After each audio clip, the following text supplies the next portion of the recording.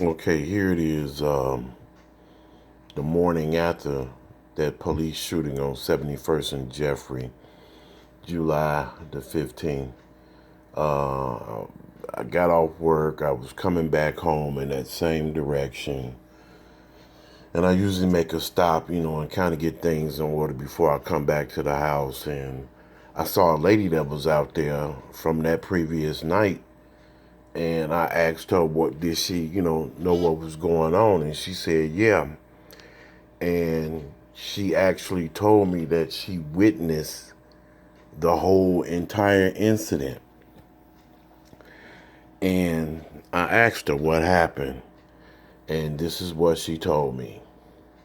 There was a young black man standing on 71st Street in front of where the hoagie shop is at, like almost on the corner, right off of 71st and Jeffrey, across from the little strip mall parking lot. And what she saw was this dude did what happens 1,000 times a day on that strip. He bought two loose cigarettes from a guy. And when he bought the loose cigarettes, a black female cop ran up and cuffed him under his arm, like she had an arm lock on his elbow, like, the usual way that they do it. Like, I got you, and cuffed his, in her arm. And dude didn't know what was going on. It's always a high volume of people traffic up there walking around, this, that, and the other. So dude probably thought he was getting robbed by somebody. So he immediately pulled out a pistol. The police officer, and I gotta give her credit for this, she took the arm, she disarmed the dude. And I think once dude clearly saw who he was dealing with, he didn't put up any resistance in letting the police officer take his weapon. Now, what happened after that point was the guy started explaining to the cop that he had a concealed carry license and he wanted to show her his permit. As he's reaching in his pocket, he's disarmed at this point. He has no weapon, at least that they know of, but they took the weapon out of his hand. He's reaching in his back pocket to show the police officer his permit, which probably would have been a bad thing to do because police don't know what the fuck is going on until they get you searched and secured and able to question you further. As far as they concerned, they probably thought he had another gun in his pocket, but he was reaching for the permit. The police officer holding him and holding his weapon. Another police officer pulls up. A white female sees what's going on, and immediately she just started blasting. Took the dude out, and that's how it ended. People were around. Of course, you can see from the previous videos, it didn't take no whole lot of time for people to start massing up and voicing their opinions toward the police. So that's what happened. All this over two loose cigarettes. And the way the police are cracking down on this particular activity, this is happening in every city. Remember, that's what the dude, I can't remember the guy name up in New York where they choked him to death. But all this over loose cigarettes,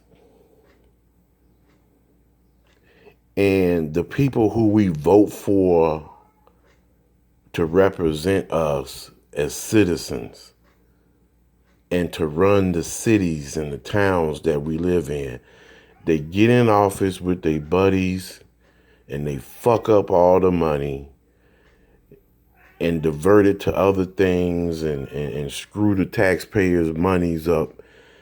And now they have to raise taxes on cigarettes, and that brings in a generous revenue for wherever jurisdiction you're at. And it's so serious that the selling of loose cigarettes cuts into their money. For those that's law abiding, I ain't got nothing against you. But to be real about the situation, it's not no motherfucking body that we vote for that's that motherfucking honest. And if they are, they come up dead, assassinated. You know, that's what happens to honest politicians. When you have some kind of dirt under your belt, some kind of crookedness, somehow you end up surviving shit. And that's the weird thing about it. We can even use Obama as an example. People think, when it comes to this politic game, it's a lot of shit people just don't know, especially in Chicago. You can use Obama as a perfect example. You would think he had a clean slate, no dirt, no motherfucking where, but you a politician in Chicago. You got dirt somewhere, nobody just never caught it. Or you never got caught doing shit. That's how shit works. That's how stuff is. And we vote for people who basically ain't nothing but gangsters in suits. When you really get down to knowing what goes on behind closed doors, especially in fucking Chicago. I just had a dude in my car a couple of days ago from Washington, D.C. And he was telling me about the connection between the CEO of the public schools in Chicago, who was found floating dead in the river. It was never told in the news, at least here in Chicago, that this dude was going to leave here and go to D.C. and be the top guy over the public schools out there. Apparently, somebody didn't want that to happen. And the man is floating in the river in the middle of downtown fucking Chicago, and nobody seen or heard shit. But getting back to the point, that's just to let you know how things can be off the camera, off record. We vote for gangsters in motherfucking suits. And the way they cracking down on people buying loose cigarettes, you would think they was doing it for people that was buying fucking crack. The politicians get hold of the money, they fuck it up, they steal it, they squander it, they put it into their kids and their grandkids' college funds. They buy their summer homes and shit out in Lake Tahoe, some damn where. And then the people have to pay by paying taxes on certain products and property taxes going up and shit. It's all bullshit. And we all should know, and it don't take rocket science to figure this shit out. You want to stop crime in impoverished neighborhoods, put real motherfucking jobs there like there was back in the 70s. And I'm not talking about Walmart, McDonald's, Burger King, Target, retail type shit. Real manufacturing jobs. Think about it. For those of us that's of a certain age group in our 40s and up, think about all the warehouses and factories that used to exist in this city, or even in Detroit, as a perfect example.